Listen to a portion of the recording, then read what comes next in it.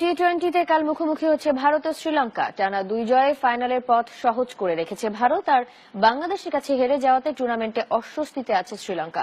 আর গুরুত্বপূর্ণ এই ম্যাচের আগে দু দলেরই বড় প্রতিপক্ষ হয়ে উঠেছে ইনজুরি।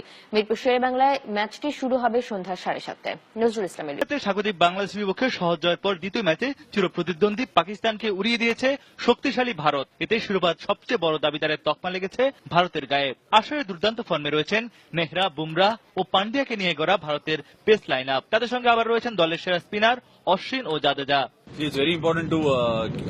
এখানকার উইকেটের কন্ডিশনের সঙ্গে মানিয়ে চলাটাই বড় গুরুত্বপূর্ণ, কারণ উইকেট থেকে পেসারদের সুবিধা আসছে প্রতি ম্যাচেই। তাছাড়া টি-20 ক্রিকেটে বলের স্কিলের উপর উইকেট নির্ভর করে না, বেশিরভাগ সময়ই চাপে থাকলে উইকেট পড়ে। আমরা ফর্মে থাকলেও এই ম্যাচটিকে অন্য ম্যাচের মতোই দেখব। বোলিং এ নির্ভর থাকলেও ব্যাটিং এ ভারতকে ভাবাচ্ছে ইনজুরি। ধাওয়ান অনুশীলনে ফিট হয়ে আসলো ঠিকই, কিন্তু নতুন করে যোগ হলো রোহিত শর্মার ইনজুরি। এদিকে লঙ্ক চিন্তা মালিঙ্গার ইনজুরি।